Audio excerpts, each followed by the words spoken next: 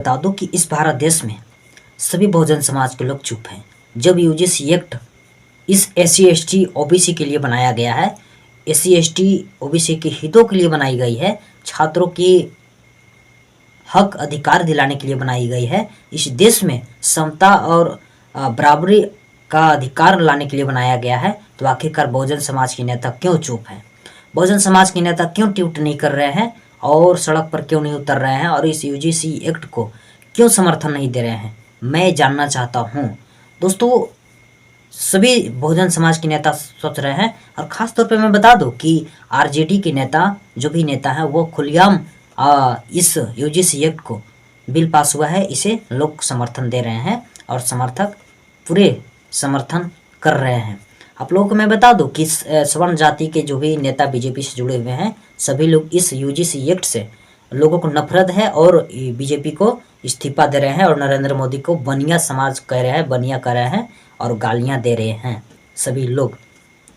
आप लोगों को मैं बता दूं कि सभी बहुजन समाज के नेता चुप हैं, सभी विपक्षी नेता चुप हैं, लेकिन बहुजन समाज पार्टी के सुप्रीमो बहन कुमारी मायावती जी खुलेआम यह ट्वीट करते हैं और वह खुलेआम ट्वीट कर सरकार को चेतावनी भी देते हैं और यूजीसी एक्ट को वह समर्थक करते हैं। चेतावनी इसलिए देते हैं, कहते हैं कि चंद भर मुट्ठी के जातिवादी के कहने से, दबाव से सरकार इस चीज़ को वापस न ले।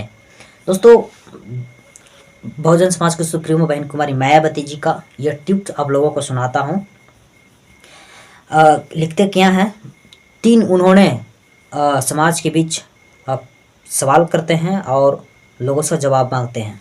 देश की उच्च शिक्षण संस्थानों में जातिवादी भेदभाव के निराकरण समाधान हेतु विश्वविद्यालय अनुदान आयोग यूजीसी द्वारा सरकारी कॉलेज एवं निजी यूनिवर्सिटियों में भी इक्विटी कमेटी समता समिति बनाने के लिए कुछ प्रावधानों को सामान्य वर्ग के केवल जातिवादी मानसिकता के ही लोगों द्वारा इसे अपने विरोध भेदभाव व षड्यंत्रकारी मानकर इसका जो विरोध किया जा रहा है, यह तो कतई भी उचित नहीं है। जबकि दूसरा इन्होंने क्या बोली है कि जबकि पार्टी का यह मानना है कि इस प्रकार के नियमों को लागू करने के पहले अगर सभी को विश्वास में ले लिया जाता तो यह बेहतर होता और देश में फिर सामाजिक तनाव का कारण भी नहीं बनता। इस ओर भी सरकारों और सभी संस्थानों को जरूर ध्यान देना चाहिए।